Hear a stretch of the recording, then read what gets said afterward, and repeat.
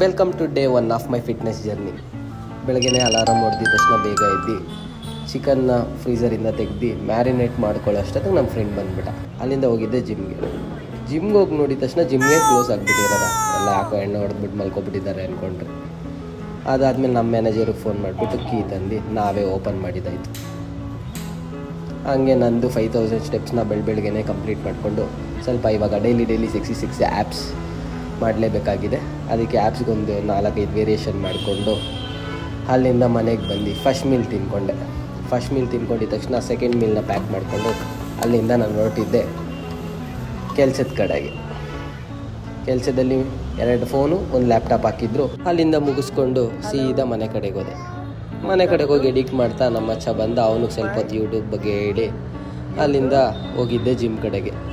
ಇವತ್ತಿದ್ದು biceps ಮತ್ತು triceps, ಅದಕ್ಕೆ 2ಕ್ಕೂ 4 variation ಮಾಡಿ ಮುಗಿಸಿ ಲಾಸ್ಟಲ್ಲಿ ಸ್ವಲ್ಪ ಪೋಸಿಂಗ್ ಬರಲ್ಲ, ಆದರೂ ಸ್ವಲ್ಪ ಪೋಸಿಂಗ್ ಪ್ರಾಕ್ಟೀಸ್ ಮಾಡಿ ಇವತ್ತಿನ ಡೇನ ಮುಗಿಸ್ದೆ. ಬಾಯ್, ಸಿ ಯು ಟುಮಾರೋ.